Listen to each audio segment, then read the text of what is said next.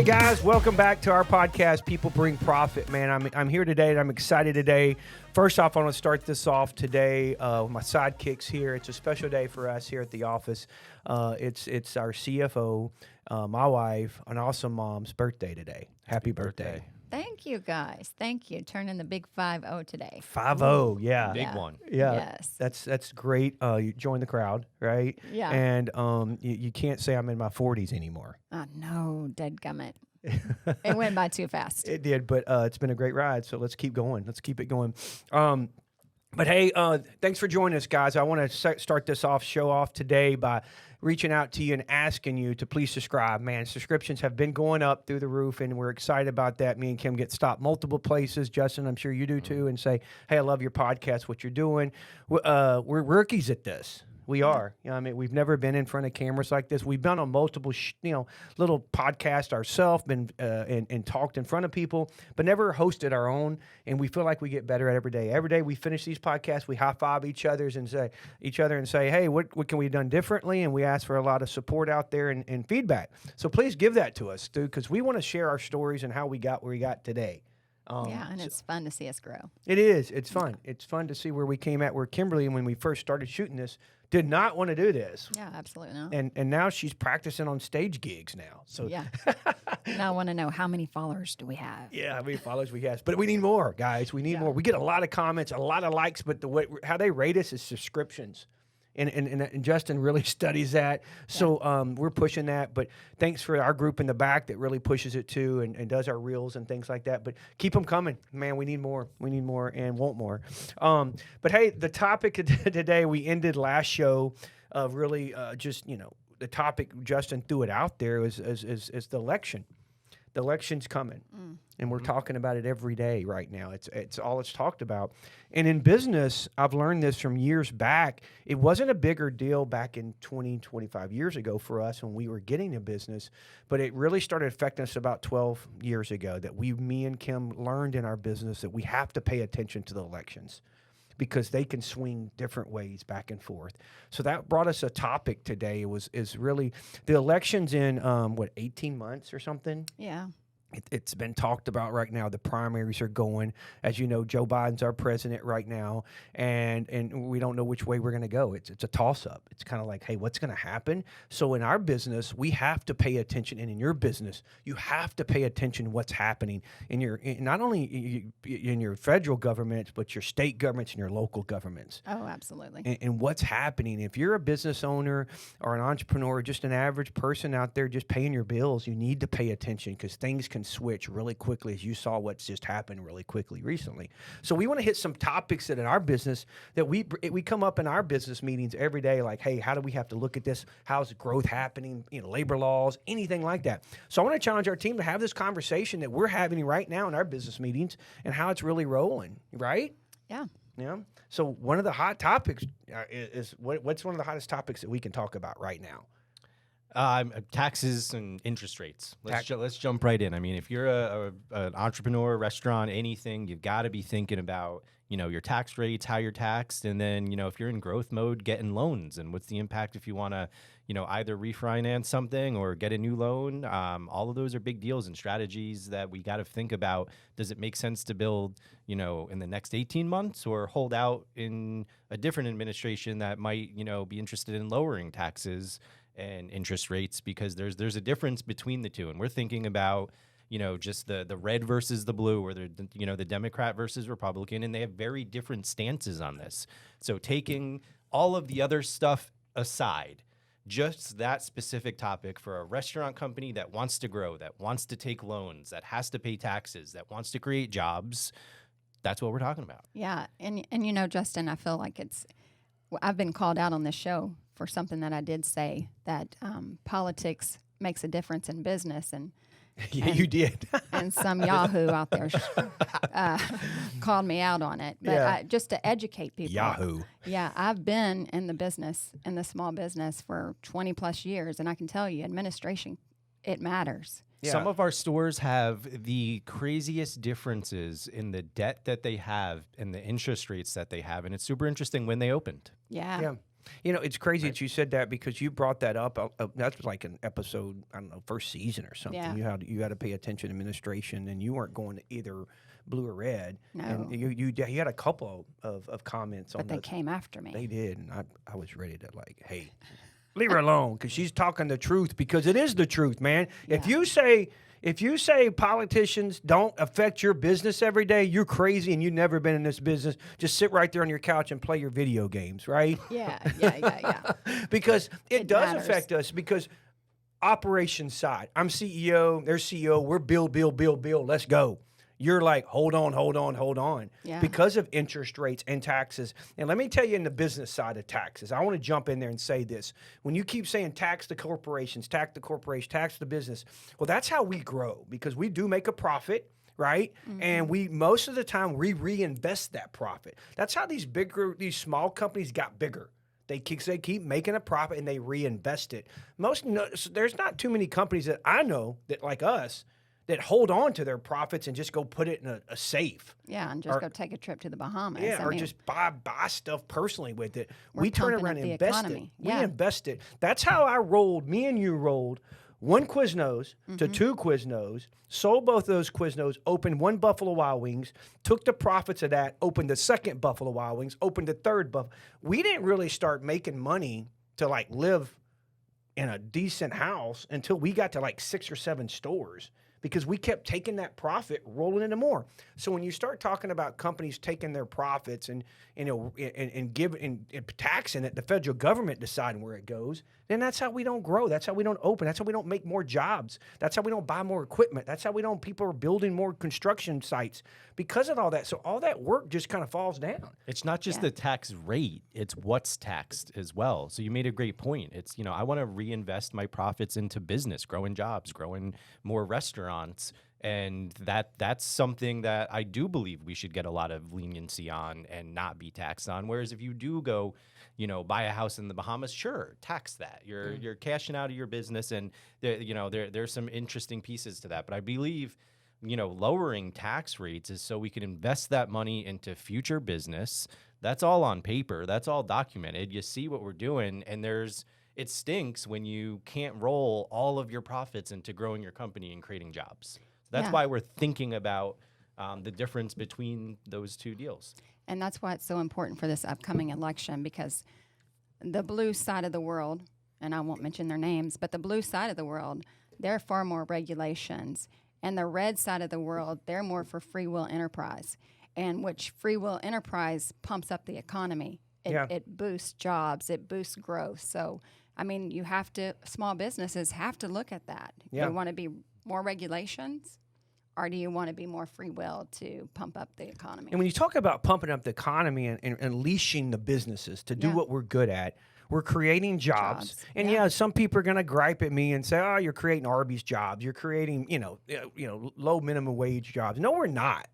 I mean, we don't have anybody on our system hardly makes minimum wage, and we try to get them off that as quick as possible when they put in their time and show us they can work. But then we create management jobs. These guys are making good money, regional manager job, making good money. And Career paths. Yeah. I'm questioning college education because I see kids coming out of college that can't get jobs.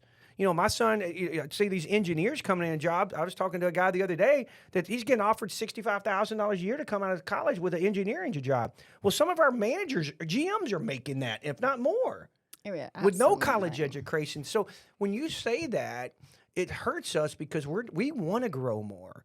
And Justin, you were right, man.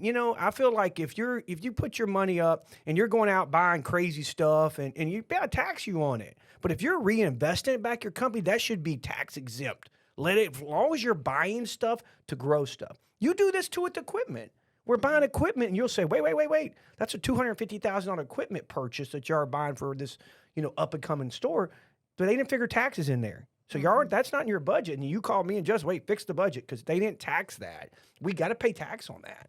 Oh, yeah, absolutely. Yeah. So it's crazy. But you talk about regulations. That's a whole nother topic. I heard her say that. And I'm going to start with a real quick story.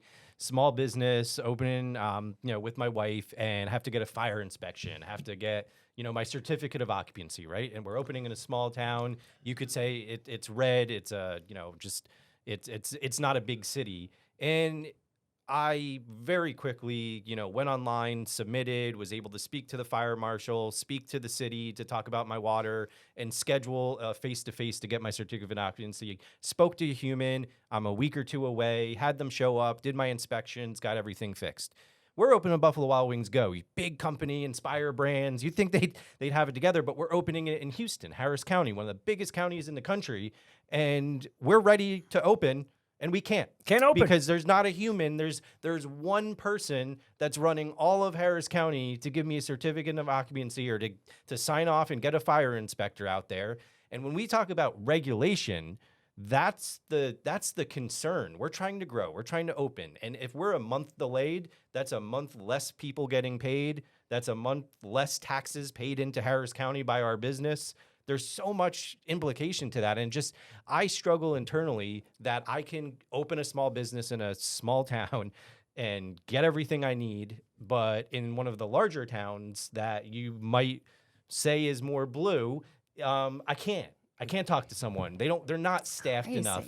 And there's state legislation that I know we've spoken about, but that's my story. And when we think about hospitality and restaurants, that's not the first time we've gone through that.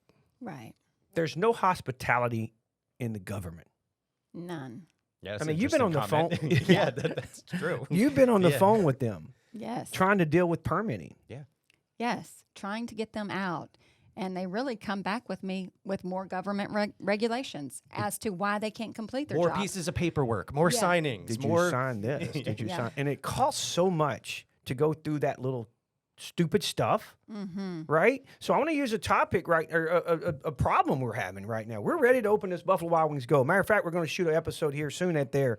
But we can't get our last inspection, and it's the fire inspection, right? Yeah. And we had the same thing happen to us a year ago at our Starbucks in Harris County.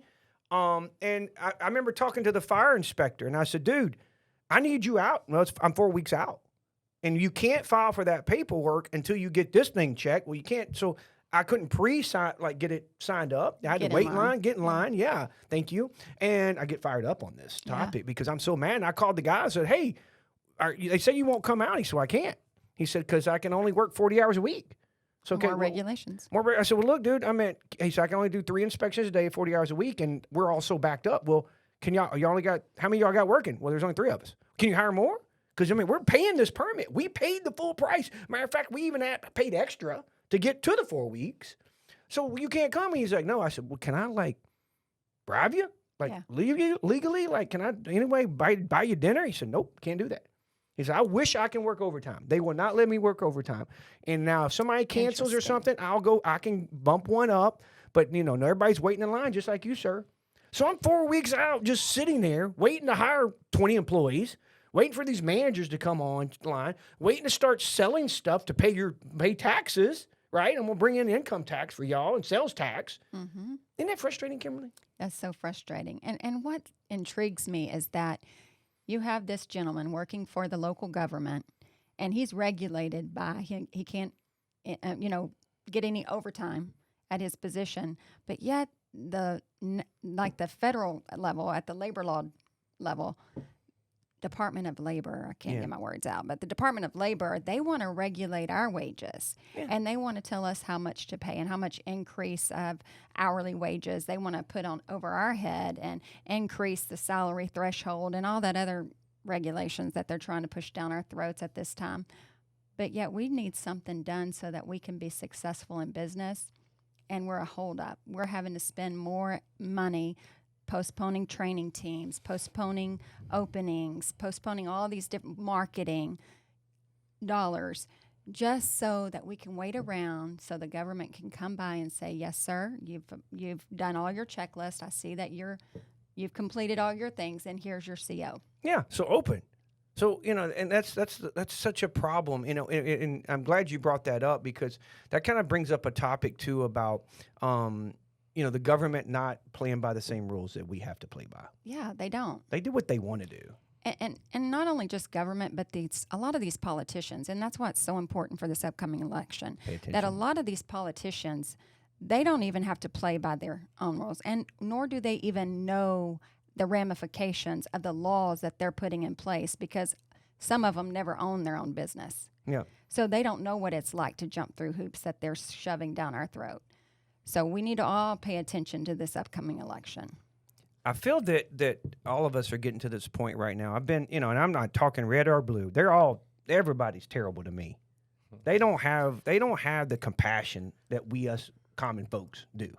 Well, and some of them don't even have the experience that it needs to make these kind of decisions that they're making. Well, they're telling us promises. They only see one side of the story. They do, and they're making promises they don't even hold up to their self. Yeah, they can't. They don't hold up. They're making us live by these rules and laws, and they don't even hold up. It's just like a long time ago with Obamacare. It's funny that we were all griping about it, and they had a whole different insurance plan. Yeah. Remember that? That was crazy to me. Yeah. I mean, okay, you guys got to all do this, but us up here, it goes back to my terminology is like when I always say, hey, we're not building a castle, right? Because these guys, they live in a castle, and they got a moat around to protect them when bad crap happens. Yeah. We tore down those walls. We all live in the same world, us in business side. They don't. They live by their own rules, man. It's crazy. I'm trying to build an art, and they're building castles big and bigger. I mean, how does a politician get in there and be worth, $50 million? I've been busting my butt in life every day, and I ain't worth that. Yeah, I don't know. Hey, as a restaurateur, I mean, one of the big deals is tipped credit too, and we are in the business of hospitality, and we're in the business of, we look at our payroll reports, and it's a really good living wage, and servers and bartenders have an opportunity to make a ton of money, but boy, does that change the business model. And some of these regulations, and it could be minimum wage or tip credit, or it could be credit card processing fees. I just feel like a lot of those should be, more state regulated than blanket federal policy, because it's different for us maybe here in Texas than it is for other states, but that's a struggle because it changes our business model. It's not pro-growth. It doesn't make me excited to go open a new store when I look at my labor line and it's 5% higher than it was, and I'm still giving the same level of hospitality. I'm still selling the product for the same price. It just makes it extremely difficult. And the caveat to that is, when you really break it down and you really analyze what those roles make, it's a really, really good competitive salary in many cases. Yeah. So why are we doing that? And there's a difference between a server, a bartender, a barista. It's not all the same. And that's something that you have to strategize when you're thinking about the impact of your businesses and keep raising these wages. It's scary. Well, you know why, Justin? Is because the Bernie Sanders of the world, you know what? He wants to remove the tip credit for our businesses. And really what he needs to be saying, instead of pitching it, well, these people only get $2.13 an hour, they really should get up to $17 an hour is what he's following behind. But instead of that, they may be making $27 an hour. But if you implement this law and take away our tip credits for our servers, you're going to threshold these servers at your minimum wage now. Mm-hmm. You're going to take something away from them. So instead of him pitching it as it is, because that's true, some of these servers do make more than that an hour. We're going to limit them. So we, of course, as companies are held at the federal minimum wage, which is the $2.13 an hour, but they have the opportunity to make way more than that. And why put a threshold on them? And does hospitality get better or worse if we do this? Yes. Yeah. That's like the big question. I feel like it gets worse. Well, why they want to do this, guys, why they want to do this, they want to make more income. They want to make more taxes because they want everybody to be $15 an hour or what, because they make more payroll tax. Oh, yeah, absolutely. So and they want to take the tip credit because everybody knows that servers always don't claim all their tips. They want to make more payroll tax off that. Yeah. So that's why they're driving. All these, you see all these strikes happening. Yeah, the government backs this. And yeah, I get it. Everybody needs to make an honest wage, and inflation happens, and we need to keep increasing wages to live off stuff. But at the end of the day, they're making more money. Because if you're making $10 an hour, they're getting paid payroll tax of $10. Yeah. If you're making $15 an hour, they're getting paid $15. Don't act like they're there for their best interest of yourself. They're out there for themselves to do that, to make money for their government and the more spending that they can do. Yeah, and getting rid of the tip credit, it's actually them big brother stepping in and controlling more, because at this point the servers get to report their wages. And so they are trying to step in. And so that's the more government regulations. Well, people say this all the time with this. They don't understand. Why don't y'all pay people more? I get questioned that a lot on little talks and off to the side gig talks and says, why don't you should pay your people more? And I'm like, well, let me explain something to you. Okay. Just like the automobile business. Everybody's like, well, I used to buy a 4-wheel drive back 20 years ago for $20,000. I'm like, yeah, now you're paying $100,000 because the guy that built the car was making $32 an hour or whatever they made back. Now they're making $60. So everybody's attacking this UPS people for making all this money, right? The UPS driver, they're making $150,000 with all their credit or $125, whatever it is. Yeah, I saw well, that. but you used to mail a package for $6. Now you mail for $12. So that's inflation. So what happens is these businesses and us too. I mean, yeah, we used to sell chicken wings back when we first got in it. We had like 25-cent chicken wing days. It was buy one, get one free. It was like buy the wings. Remember 10-cent wings? 10-cent But wings, yeah. now inflation just kept happening. So the guy that cuts the wing, that kills the wings, that feeds the chicken, from us serving it, cooker, everybody making more an hour. So now we have to sell it for more. And that's the problem with that. And the government keeps getting involved more and more. And the more they put their hands on it, the more they take. And that's the problem, the more regulations. You do this a lot too with our leases lately. When you go back to the regulation too on that side, you used to put like 120 days in there to get our permits, to get the store built. Now you're like, hey, I need, 270? Yeah, 270. And For the landlords are agreeing to it. Like, yeah, because they know Yeah. it takes that long. Mm-hmm. And it used to not take that long. It used to not take that long to build a house because of all the regulations you got to do and trying to get supply chain stuff. Still, it's causing so much problems with that. It's a huge problem that's happening with this whole election. Pay attention to it, please, because it's going to affect your business, and no matter what business you're in. If you're in the restaurant business, you're in the landscaping business, or whatever you're doing out there, pitching the girls softball. They're going to find a way to get you and set you up and control your hours or whatever. The next thing, too, I get crazy about this is immigration. Oh, yeah. We're trying to hire the workforce is thinning out, right? We're trying to hire as many people as we possibly can. And you may think open borders and all these people coming in and, hey, we're from Texas, right? We are ground zero of what's happening here. And all these people coming in.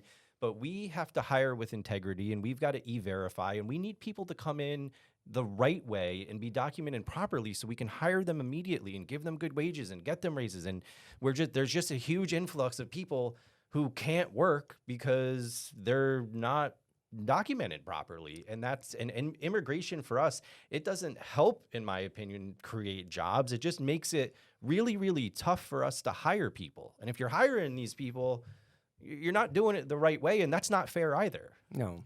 And if you're hiring those people, the fine is Crazy. Outrageous. Yeah. So all you As it should be, but it's happening. Yeah, it is. Well, so all you people out there going, open the borders, let them come in. That's fine. Hey, that's what America's supposed to be. Yeah, my great-grandparents came here from Czechoslovakia. They did, and they did it the right way. I saw the pictures, how they came and how my name got spelt this way. And they did it the right way. We have some really good friends that came from Mexico, that their families did it the right way. We know that. And it's hard for us as business owners because if they come across illegally and we hire them, boom, we're in trouble. Oh, yeah. I remember Quiznos days when I first opened, you were like, you would come check my files because we had the old way, right? You had to fill out this I-9 form. Did you get a copy of their driver's license and all that? Because I can't remember the task force you would say showed up. Yeah. You said they show up and they want your file. Oh, yeah. And if you had anybody that's undocumented, you're done.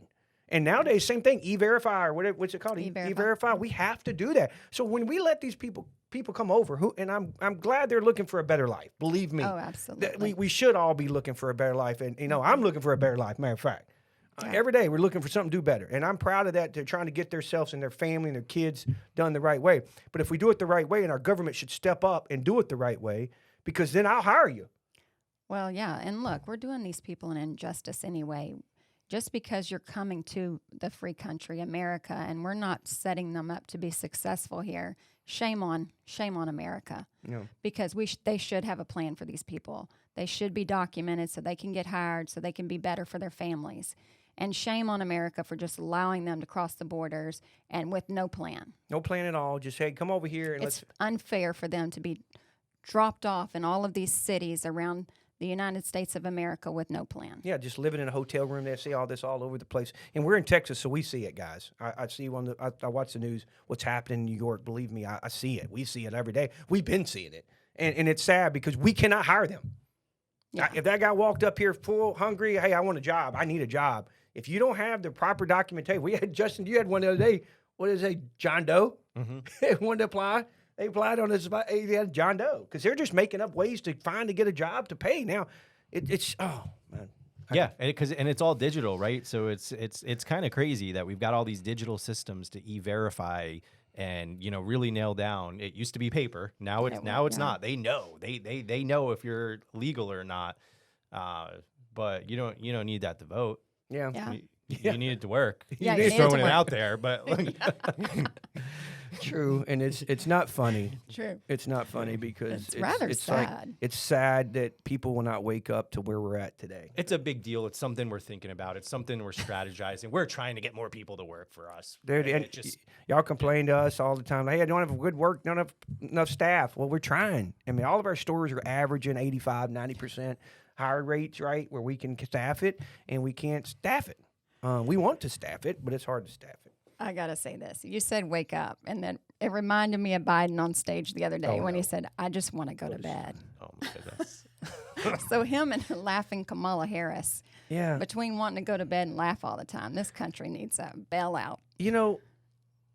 I would say this. If I'm sitting this podcast or any meeting I'm having, we have meetings in front of our banks, right? Yeah. They control us a little bit. We control them too because we're not too much debt. Luckily, thank you for that. But if I got up there and they asked me a question, I said, I need to go to bed. They would probably pull our loans. Yeah. And I would think about this like the CEO of the biggest companies, right? So, some of our companies, Inspire Brands, Work Capital, Apple, Facebook. If the guy that, Amazon guy, if they got up there and said, I need to go to sleep, they would probably say, all the shareholders would. Yeah, their stock would tank. He has to go.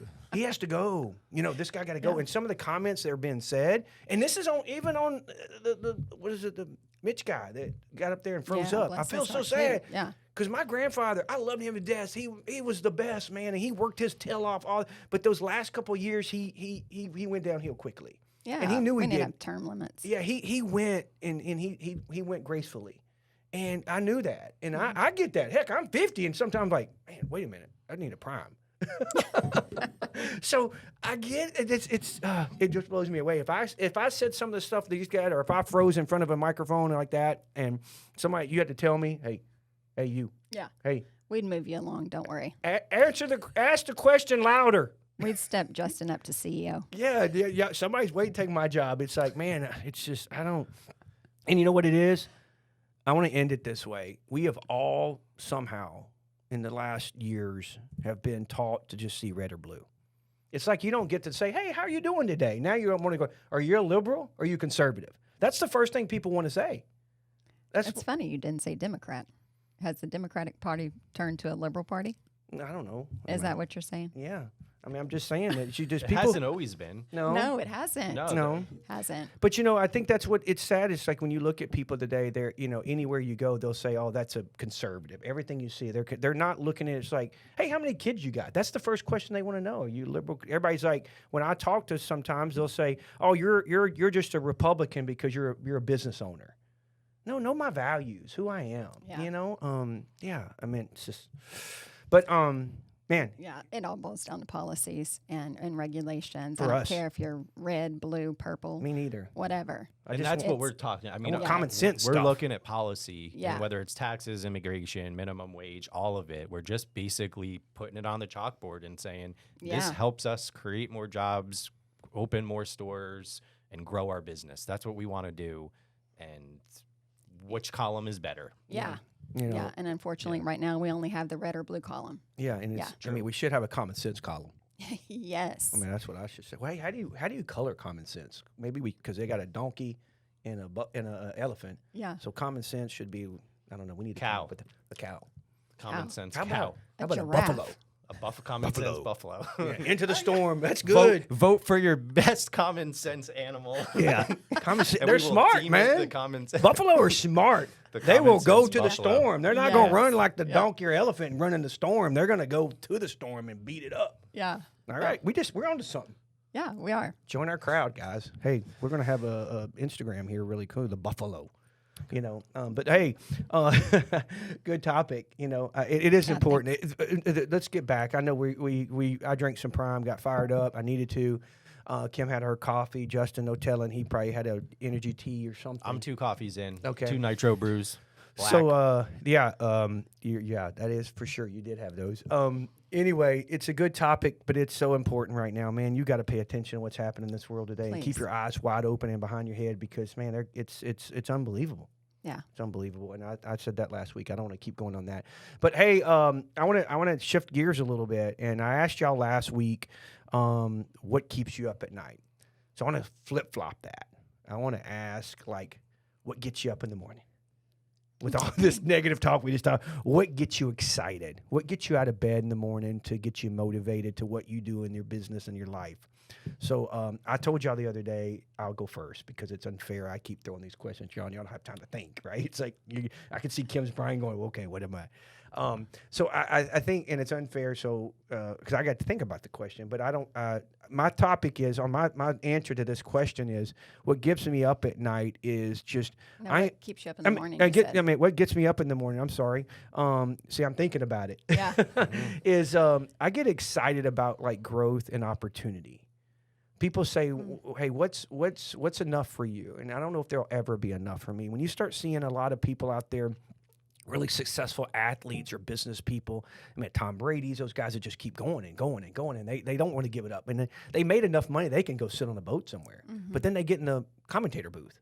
I mean, they're probably not making that much money, but they just want to still be part of something. And that's me. I get up every morning, no matter what it is. It's being a better father, but being a business owner and just wanting more.